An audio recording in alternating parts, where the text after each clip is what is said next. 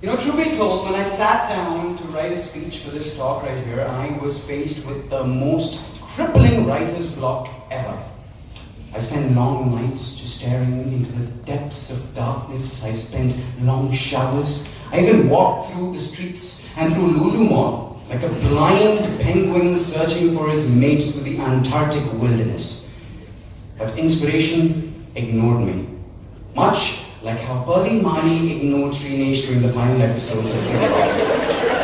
That's right, I watched Big Boss.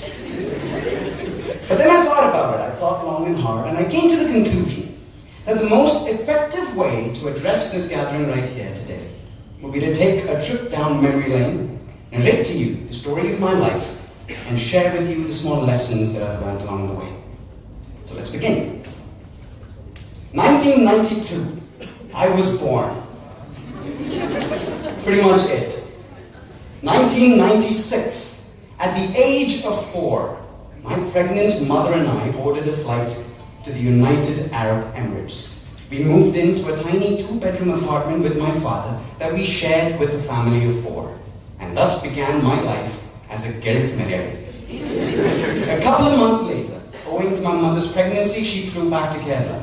And my father and I were left unpoliced, unsupervised for 6 months. We turned that apartment upside down. It was our bachelor pad. But truth be told, I didn't speak much English. I wasn't good at sports. I wasn't funny. I wasn't charming. I didn't have friends. To add to that, I looked like that. That's right, ugly. I came back from school at 2:30 every day. I had lunch with my father, after which he would head straight back to work, leaving me alone, all by myself, for 3 to 4 hours at home. After a few days, he realized I was getting extremely bored and restless, and like any good father, he found a solution.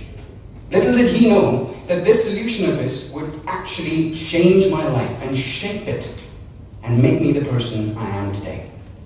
Every day, every single day after work, he would go to the local video store, the video library, and he would rent out a VHS cassette of a movie for me to watch next day. Religiously, every single day for the next 6 months, I watched a film. At the age of 5, I watched the kind of films that no 5-year-old should ever watch. Pulp Fiction, Reservoir Dogs, The Exorcist, Scream, Satya, filled with violence, gore, and language, all of which I loved. Religiously devoured them, movies from all around the world. At the end of 6 months, I had exhausted the collection at the video store. 97 was a very special year for me, because in 1997, God was kind enough to gift me with a nice young baby brother. My parents named him Vishwanath. I decided to call him Appu. Over the next many years, he grew up to become everything that I wasn't. He was smart, he was fun, he was artsy, he was talented, he was really good with the ladies. That's us. Over the years, our family tradition of binge-watching movies slowly took a hit because we have very opposing opinions about the kind of movies that we should entertain. So my parents brought down a very strict rule. One movie during the weekend, that's it. But going to the theatre was a different story altogether.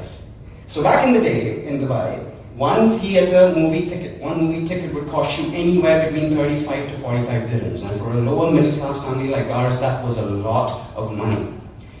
So we would only get to go for one movie once every 3 months. So my brother and I made sure that we did our research before selecting which movie we went for. We would read magazines, as many as we would get. We would watch interviews at red carpet events on TV. Remember dial-up connection? Yeah, we used that to download trailers. And we watched them, we studied them, and we made the most informed decision possible. When we finally convinced our parents to let us go to the theatre, going there was a pilgrimage to us. We would wake up 6 a.m., take a nice long bath, I would shave my body measure, I would even pray to God, God, please let it be a good movie. We would get there half an hour before the show time so as to not miss out on any of the trailers. We would get the best seat in the house, exactly 5 rows from the back, right in the center, optimized viewing experience. It was our temple, and we loved it. While other kids ran around playing catch and coke and, cops and robbers and hide and seek, my brother and I, we thought it'd be really fun to make our own movies at home.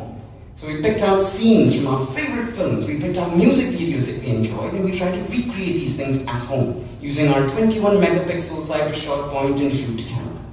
I remember this one time. You guys seen the movie Onion? Yeah? Yeah. So we really liked that movie. There's a scene in that movie where Vikram beats up some 50 kung fu dudes, right? Yeah. We decided to recreate that at home. He was Vikram. I was the 50 kung fu dudes. Safe to say, it wasn't easy on me. By the end of that shoot, we had torn 5 t-shirts, 2 bed sheets, 3 pillowcases, and broken 1 bed. My parents' bed. They were not happy. Not one bit. But it was fun nonetheless. As time went on, we got even more creative and decided to push the envelope with our filmmaking even more. We wrote our own scripts, we shot outside, we cast actual actors to come and act along in our scripts, we learned editing, we had special effects like blood spurting out and everything. It was awesome. Pretty soon all of our family and friends, in an attempt to entertain us, joined us along.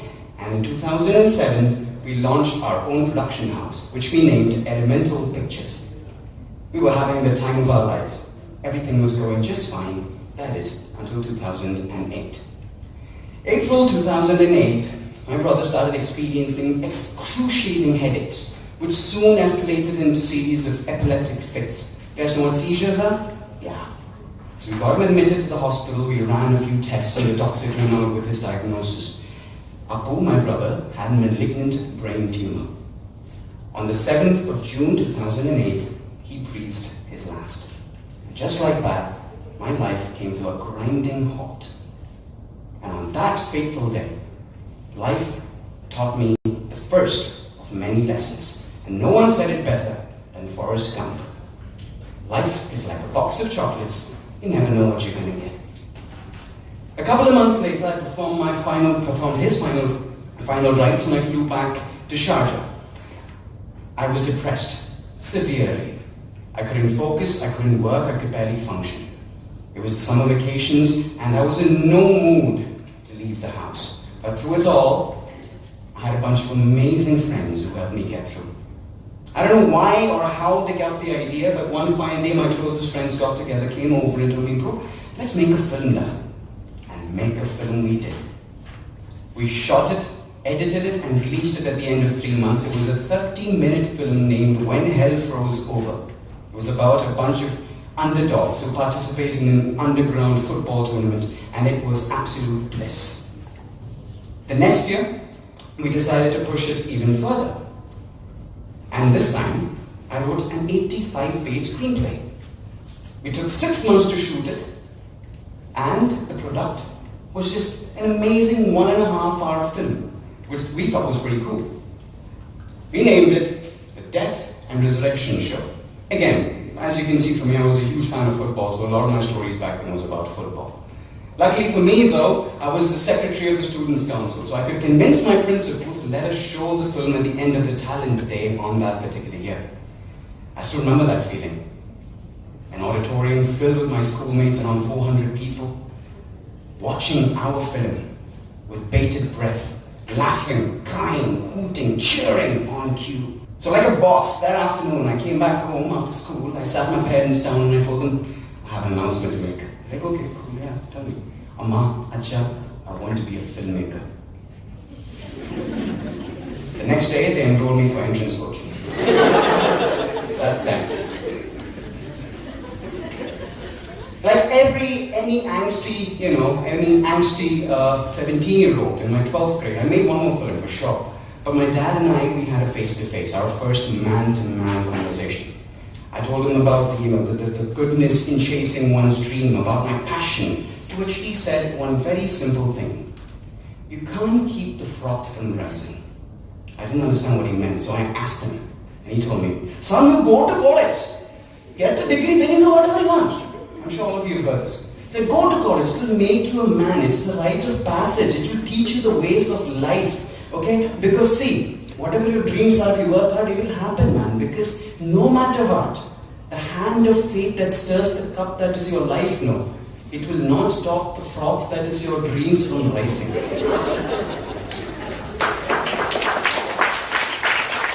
smart man, my father. My reaction, I looked at him, paused for a moment, and I said, Acha, what are you smoking? Can I have some? But he was a really, really smart man, so I let him fly with that. 2011. They say God works in mysterious ways. I think God is a comedian.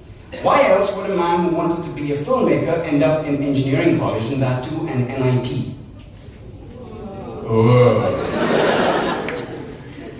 I realized that the less I struggled, the more I actually started enjoying engineering college.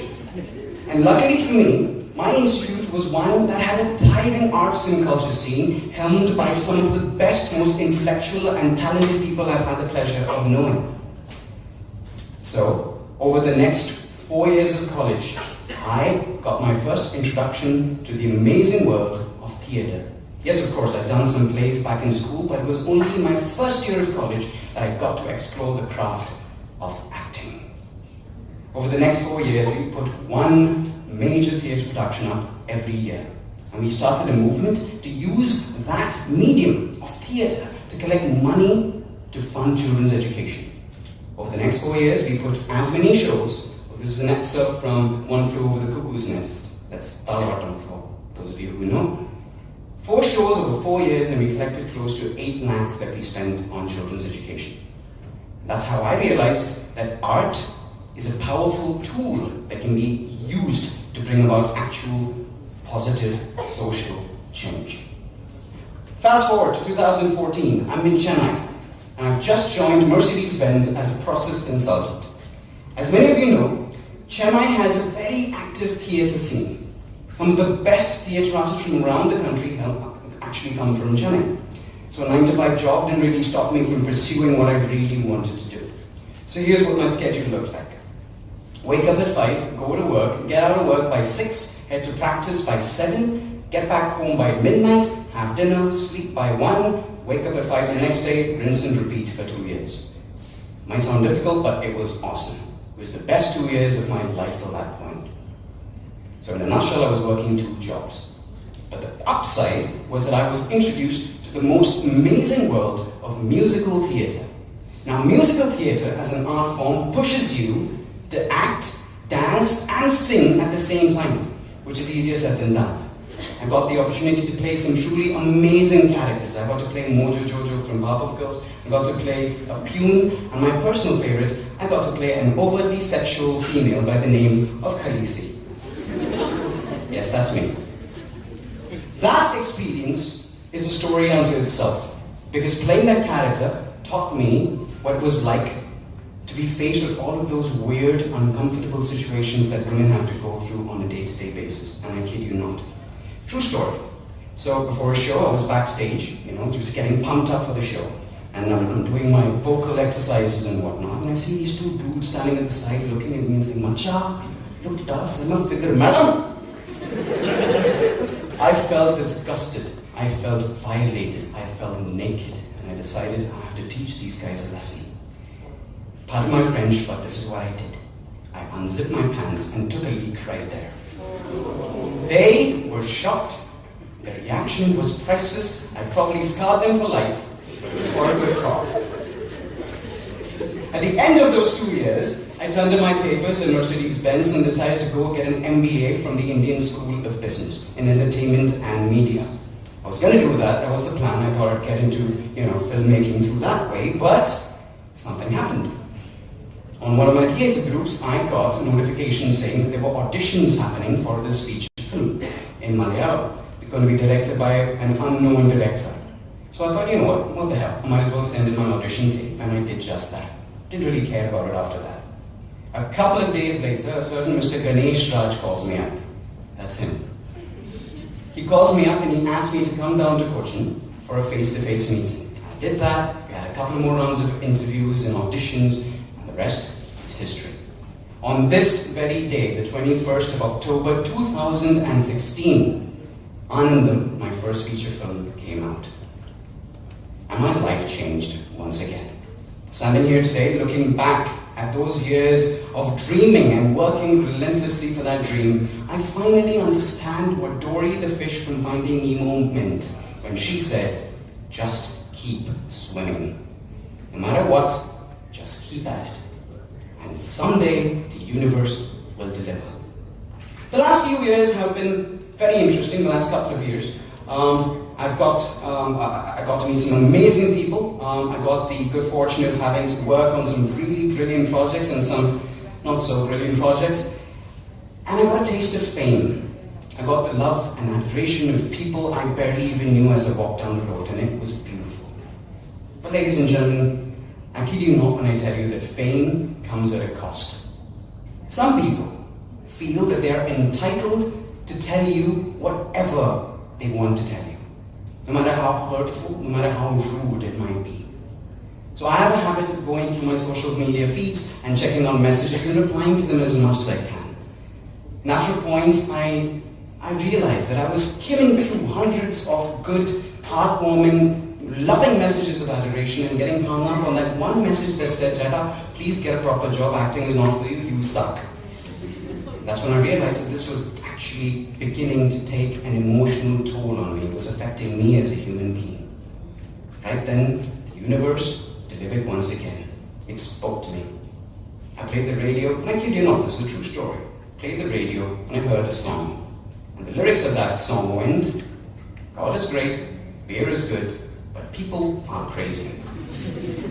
Criticism, my friends, is a part of life. No matter what your profession, you will have to hear it. But how you deal with that criticism and how you deal with the people who criticize you, that is what defines you as an individual. Through it all, if there is one thing that I ask myself before going to bed every night, it is this. If I were to die today, would I regret something? And as long as the answer to that question is no, I'll be all right. The universe, my friends, is speaking to each and every one of us, and I believe in this. All you need to do is listen. It spoke to me through the dialogues in movies, lyrics in songs, and through my own father. And it told me just what I had to hear when I had to hear it. There are 7 billion people on planet Earth. 7 billion. If you look closely enough, there'll be as many bacteria, germs, and other microorganisms on this carpet right here. What is the difference between you and them? Between us and them? We, as human beings, my friends, have the power to create. And that is a gift. So draw, shoot, click, stitch, design, code, build, mold, compose, whatever. But if there is one thing I want you to take away from this talk, it is this. Please, create. Because your creation is yours and yours only. It's every detail, it's every flaw. It's a reflection of you. And that, my friends, is art. So keep at it. Work hard. Keep your eyes on the ball. And I promise you, one day, the froth shall rise. Thank you.